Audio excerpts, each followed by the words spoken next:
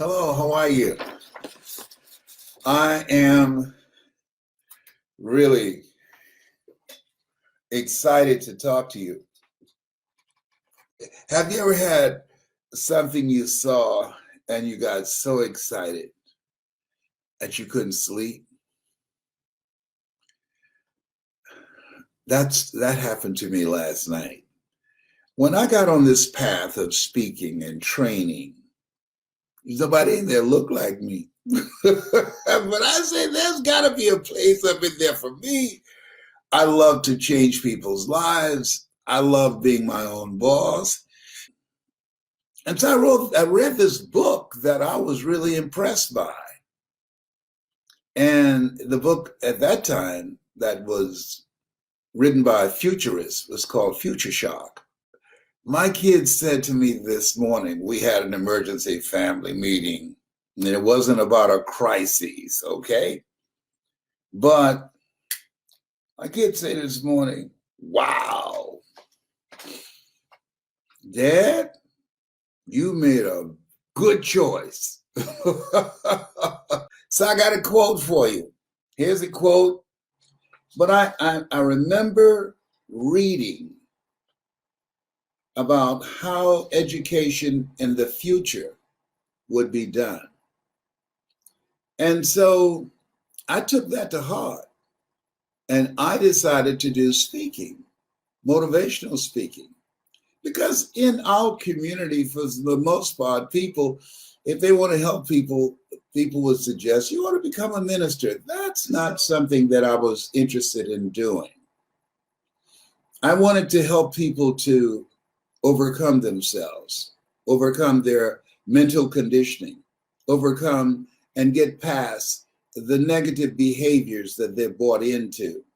I wanted people to begin to believe in themselves and learn the strategies of how to move their lives to another level that they don't have to settle for where they are.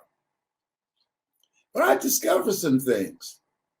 One, 9 out of 10 people will die rather than change.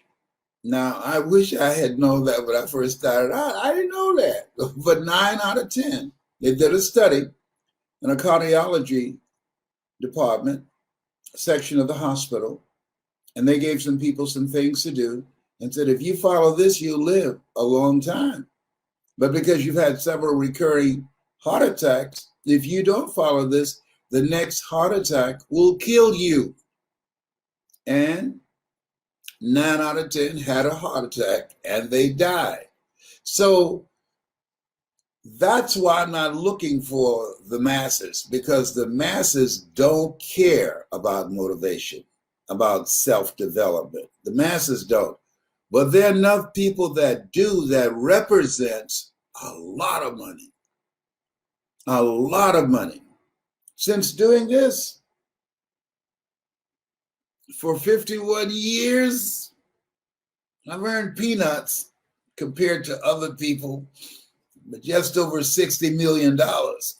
Okay, $60 million, a good garden and a healthy hog, and you can make it through the winter in the country. Of course, you have to give Uncle Sam stuff, all right? But it's 12 noon.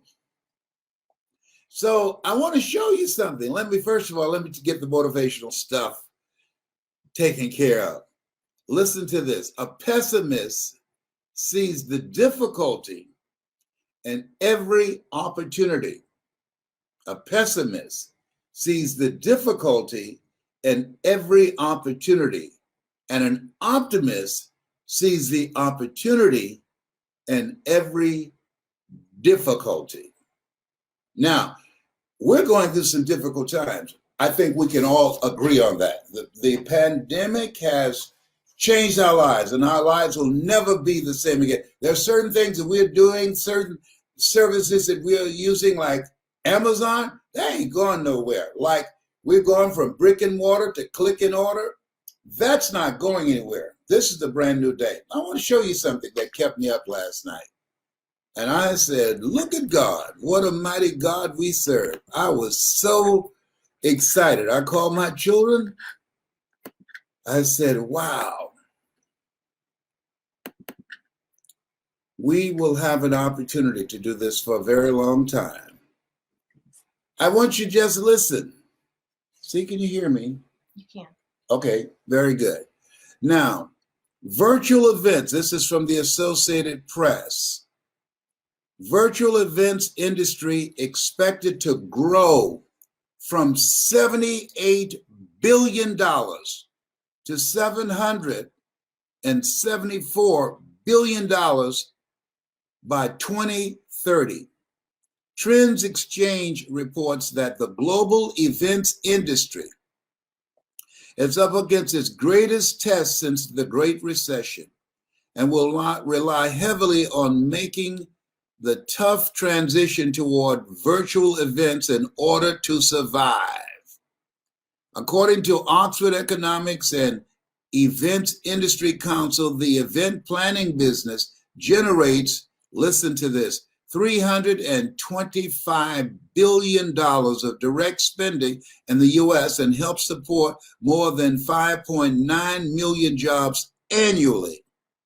Prior to the pandemic, Allied Market Research predicted the global events industry, those are seminars and workshops and speaking, valued at $1.1 trillion in 2018, and would grow to $2.3 trillion by 2026. That's impressive. That's real impressive. That's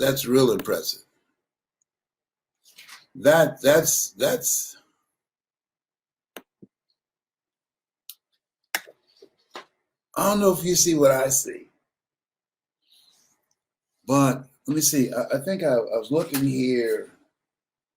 Southwest Airlines just laid off 6,800 people. Disney World, Disneyland, 32,000 people.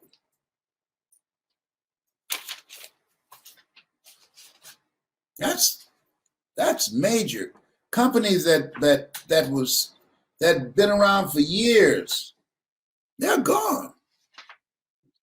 Why? We're going from brick and mortar to click and order. I earn the majority of my money now from home. And I'm expanding my curriculum, teaching people how to do webinars, how to make them compelling, how to use the computer. That Time magazine said in 2007, the computer is the person of the year. How to use the computer to earn money from home. That's where the money is being made. I'll be speaking to 3 different groups today on the computer. I'm training people now who have the vision, who have a spirit of optimism to seize the opportunity in the lifetime of the opportunity. I wanted to build a business that will allow me to do something that would give me joy. Yesterday, I spoke of the joy of being you. I wanted to have a business that I wouldn't need an alarm clock to wake up, that I would be excited to wake up. I look forward to waking up. I wanted to build a business that I felt good. That was me. A business that my children could become a part of, and they would enjoy it. And we do it together.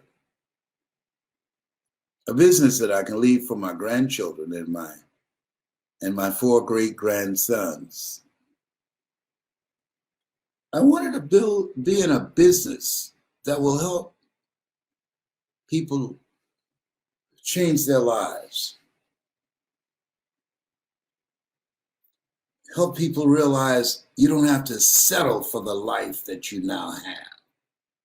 There is more. But in order to have more, you got to be hungry. Why, Les? Because things are stacked against you. The average person, it's rigged. I'm talking about the real rig, not this foolishness they're talking about now. It's the reason that only 1% control the wealth of the world for centuries. But there are few people that break through. And those who break through, you know why? You're like me, you got to be hungry. I was hungry to take care of my mother. I'm adopted. I was hungry to buy her a home.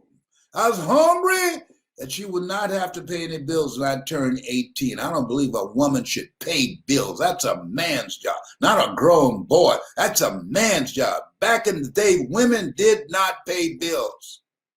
That's what a man does. I said, Mama, when I turned 18, you will not pay another bill, period. Full stop, as they say.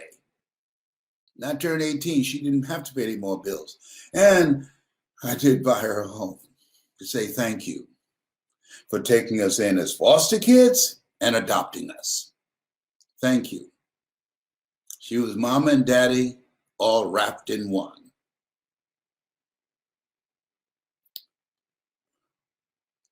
This is a new day. This is a new day.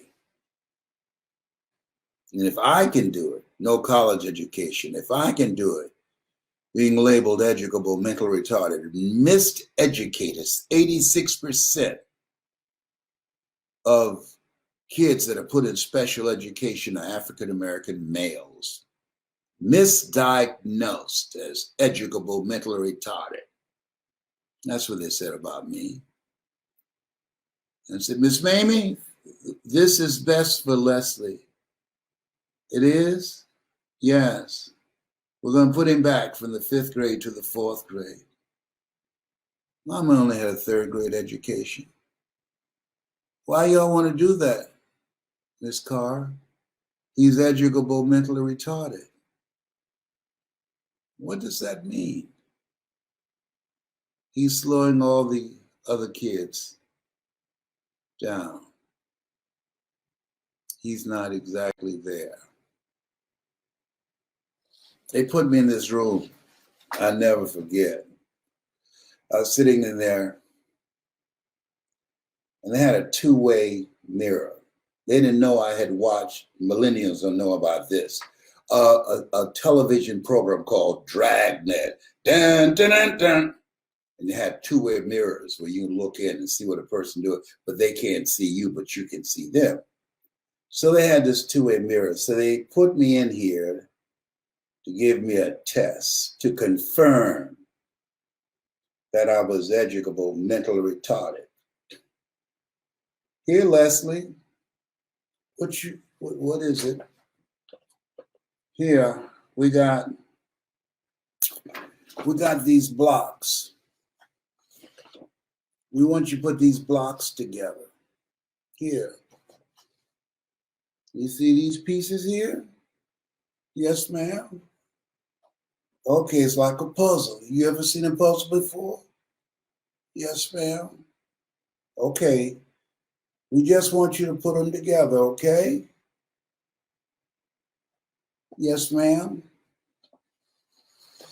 Mm. Mm. Mm. Oh. This is not fitting in here.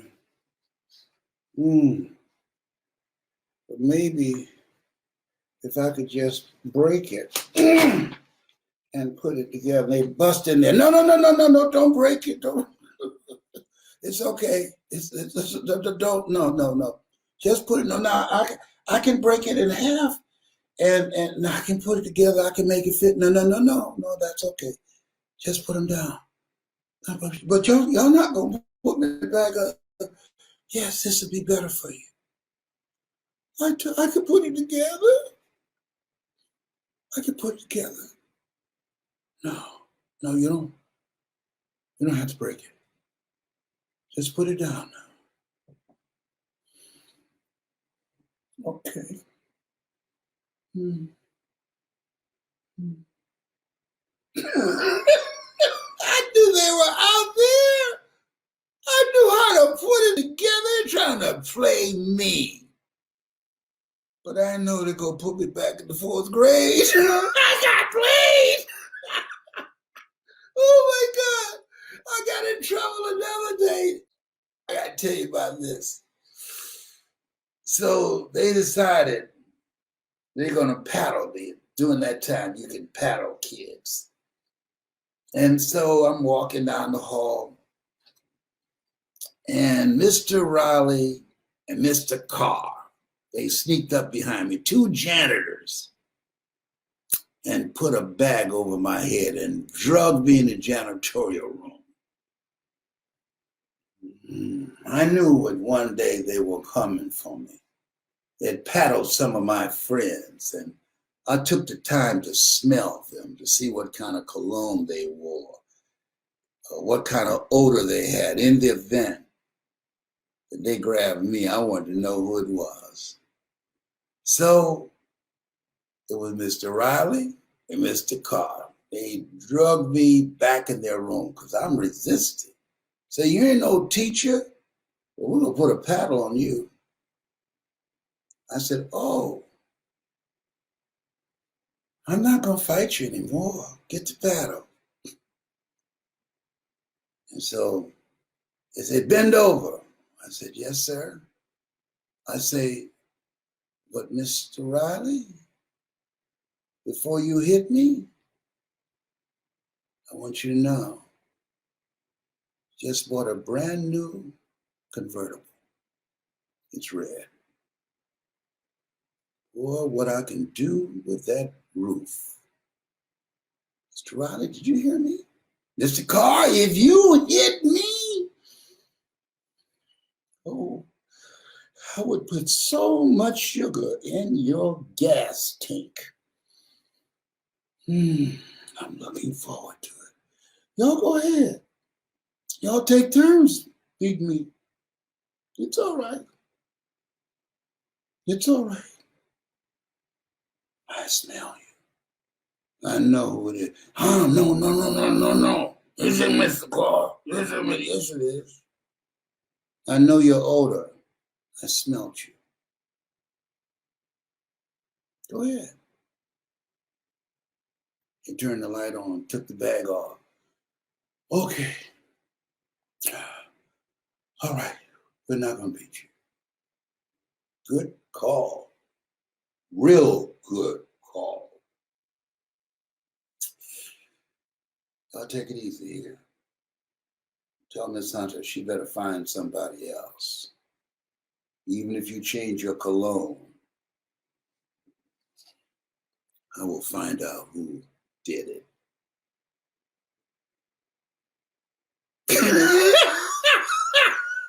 I was in the 5th grade.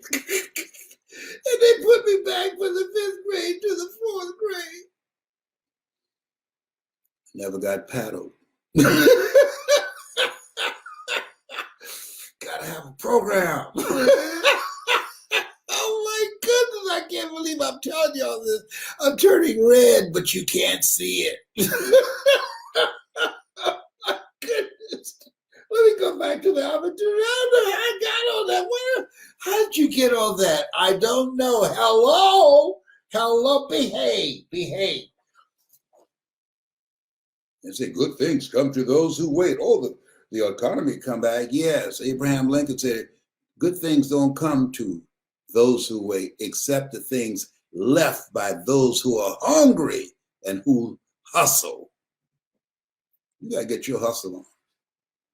But now, it's been a new opportunity created. Crises, danger, but opportunity. So if you like to have fun making money and changing lives and leaving a legacy,